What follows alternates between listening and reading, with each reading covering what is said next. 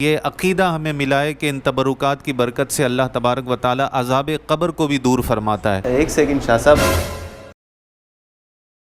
میرا ایک آپ سے سوال ہے۔ جی پوچھیں۔ ہمیں بہت سے لوگ اس طرح پوچھتے ہیں کہ تو ہم ان کو کیا جواب دیں، تو میں اس لیے آپ سے پوچھ رہا ہوں، ناراض نہیں ہوئے گا اس حوالے سے۔ کیا قبر کے اندر بھی تبرکات لے کر جا سکتے ہیں؟ شاہ جیلاں غوث پاک پیر پیرا غوث پاک میر میرا غوث پاک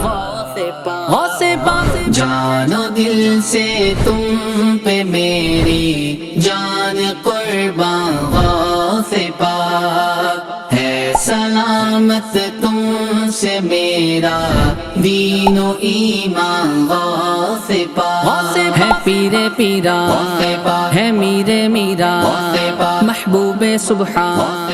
الصلاۃ والسلام علیک یا رسول اللہ وعلی آلک و اصحابک یا حبیب اللہ۔ کھارا در کے ایک علاقے کسٹم ہاؤس کے قریب ایک گھر میں حاضر ہوا ہوں۔ الحمدللہ یہاں پر آقا علیہ الصلوۃ والسلام کے منہ مبارک شریف جلوہ فرما ہیں، تو صاحب خانہ میرے ساتھ موجود ہے، ماشاءاللہ ان کے گھر میں یہ منہ مبارک ہیں، ان سے چند گفتگو کریں گے اس مبارک تبرک کے بارے میں۔ السلام علیکم ورحمۃ اللہ وبرکاتہ۔ وعلیکم السلام ورحمۃ اللہ وبرکاتہ۔ حضرت آپ کا نام؟ حسان رضا۔ ماشاءاللہ حسان بھائی، آپ کے گھر میں منہ مبارک شریف جلوہ فرما ہے، تو یہ کتنے عرصے سے آپ کے پاس تشریف فرما ہے؟ ماشاءاللہ کل پہلی ربیع الثانی کو پورا 1 سال ہو گیا۔ آپ نے ان تبرکات کی کیا کیا برکتیں اپنے گھر میں دیکھی؟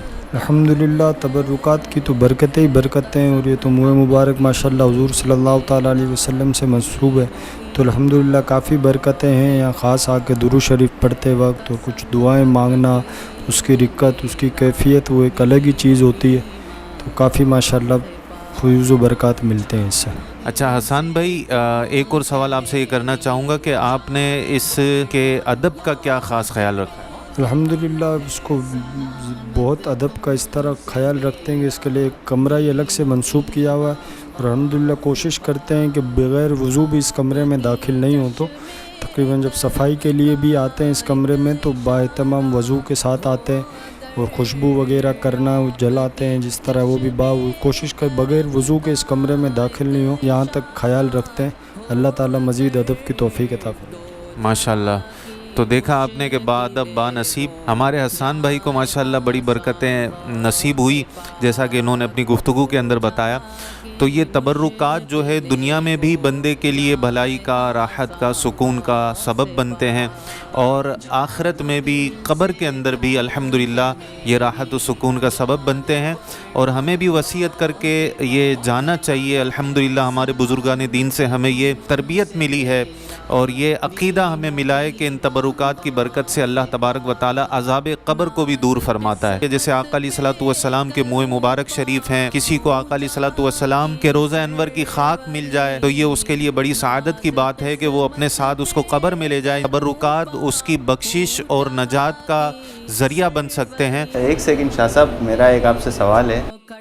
ہمیں بہت سے لوگ اس طرح پوچھتے ہیں کہ تو ہم ان کو کیا جواب دیں، تو میں اس لیے آپ سے پوچھ رہا ہوں، ناراض نہیں ہوئے گا اس حوالے سے، کہ آپ نے ابھی جیسے فرمایا کہ حضور صلی اللہ علیہ وسلم کے منہ مبارک جو ہے اپنا برکت کے لیے، حصول برکت کے لیے قبر میں بھی جو ہے دفنائے جا سکتے ہیں، اور آپ نے مدینہ شریف کی خاک کا بھی بتایا، تو وہ بھی قبر میں رکھی جا سکتی ہے، اس سے عذاب قبر دور ہوگا۔ تو یہ کسی صحابہ وغیرہ سے اس کی روایت ہے، انہوں نے بھی ایسا کچھ کیا ہو تو ہم ان کو بھی جواب دے سکیں، کوئی ایسی وصیت انہوں نے کی ہو اس بارے میں؟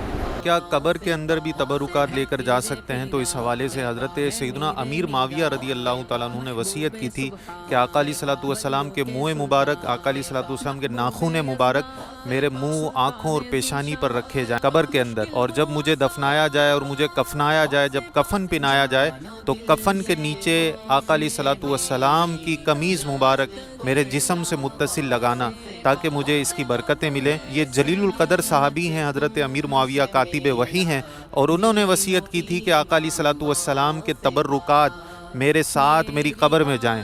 تو ہمیں بھی وصیت کرنی چاہیے، ان تبرکات کی واقعی میں برکتیں ملتی ہیں، تبھی تو ایک جلیل القدر صحابی یہ وصیت کر کے گئے کہ میرے مرنے کے بعد میری قبر میں آقا علیہ الصلوۃ والسلام سے تعلق رکھنے والے تبرکات رکھے جائیں۔